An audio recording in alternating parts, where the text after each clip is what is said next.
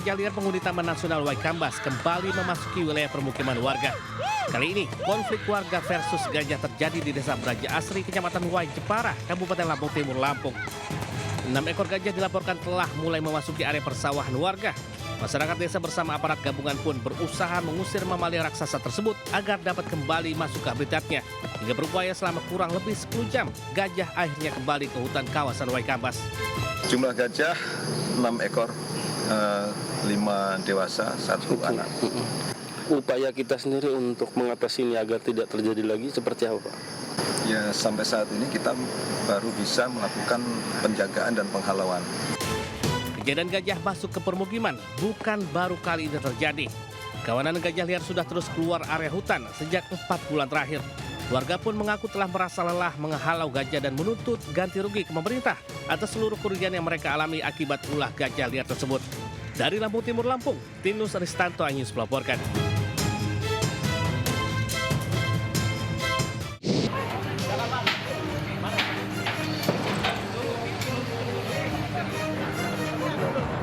Eksekusi tanah sengketa di Dusun Paludai, Kabupaten Polewali Mandar, Sulawesi Barat berakhir ricuh. Massa melakukan perlawanan dengan melempar batu dan bom molotov ke arah petugas saat eksekusi berlangsung. Warga tak terima tanah mereka diambil alih hingga melakukan perlawanan. Akibatnya puluhan petugas kepolisian terluka. Petugas pun berupaya memecah kerumunan warga dengan menembakkan gas air mata. Polres Polewali Mandar mengerahkan 223 personil untuk mengamankan eksekusi tersebut. Penjagaan ketat dilakukan untuk membubarkan massa yang melawan. Tim Liputan iNews melaporkan.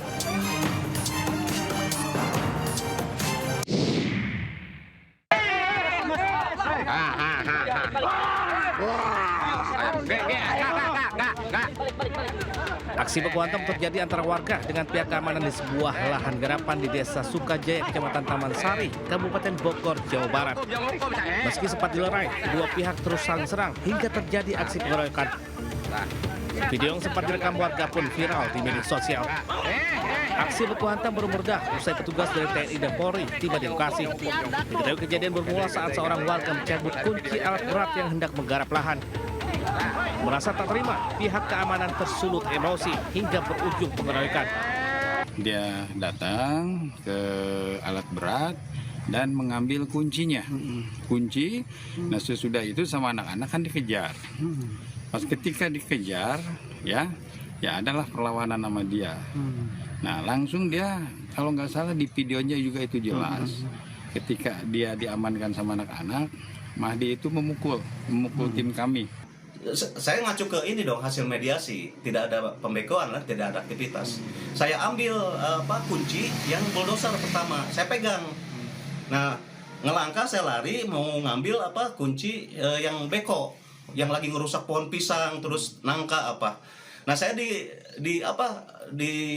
dikejar Pak, saya didorong. Akibat kejadian seorang warga mengalami luka akibat pemukulan. Untuk kasus, kedua belah pihak pun saling melaporkan peristiwa ke pihak kepolisian. Dari Bogor, Jawa Barat, Wildan Hidayat iNews melaporkan.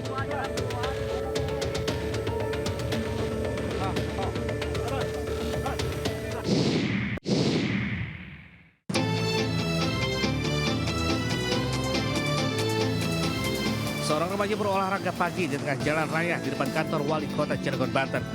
Insiden ini terjadi saat aktivitas kendaraan sudah ramai pada jam berangkat kerja. Selain membahayakan diri sendiri, aksinya membahayakan para pengendara yang melintas. Petugas pengamanan dalam yang sedang berjaga di area depan kantor Wali Kota Cilegon kemudian mengamankan remaja itu. Ia pun langsung dimintai keterangannya di pos keamanan. Selanjutnya remaja yang diduga depresi itu dibawa ke panti rehabilitasi milik Dinas Sosial. Petugas juga mencari identitas orang tuanya. Dari Cilegon, Banten, Iskandar Nasution iNews melaporkan.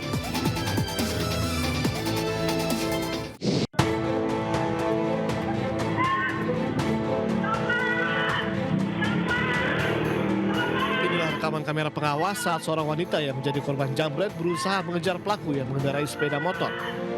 Penjambretan ini terjadi di perumahan Citra Garden 2 Kalideres, Jakarta Barat. Telepon genggam korban yang tengah berolahraga pagi ini dirampas oleh seorang pria.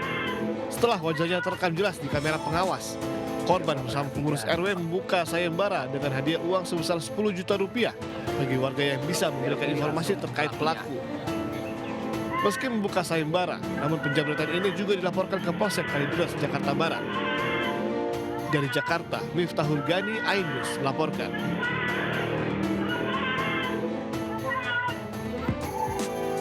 Coba perhatikan.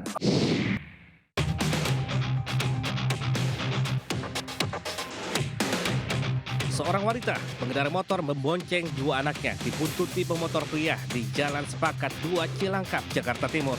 Saat kondisi jalan sepi, pelaku yang menggunakan sepeda motor tanpa plat itu menyalip korban, kemudian merampas tasnya. Warga sempat berdatangan saat korban berteriak minta tolong, namun pelaku sudah melarikan diri. Peristiwa itu terjadi saat korban baru saja menjemput anaknya pulang sekolah.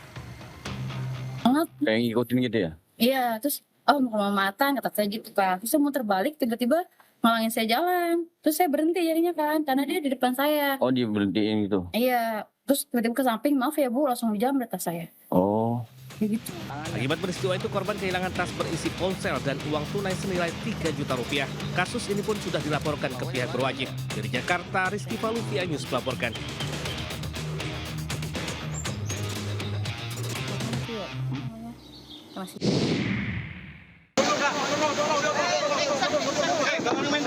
Selamat. Belasan penumpang KMP Tunu Pratama Jaya yang tenggelam di perairan Selat Bali dini hari tadi berhasil diselamatkan oleh nelayan pesisir selatan Jemberana, Bali. Para korban ditemukan terombang-ambing di tengah laut. Beberapa di antaranya ditemukan nelayan di pantai Pebuahan Desa Banyu Biru dan pantai Candi Kusuma. Proses pencarian korban masih berlangsung. Tim SAR gabungan menyisir perairan selatan Jemberana dan pesisir pantai selatan Jemberana. Sebelumnya, KMP Tunu Pratama Jaya yang membawa 53 penumpang dan 12 ABK tenggelam di Selat Bali saat berlayar dari Pelabuhan Ketapang Banyuwangi, Jawa Timur menuju Pelabuhan Gilimanuk Jemberana, Bali sekitar pukul 12:15 WITA. KMP Tunu Pratama Jaya juga mengangkut 22 kendaraan. Pencarian kapal dan korban sempat terkendala cuaca buruk di perairan Selat Bali. Tim Liputan iNews melaporkan.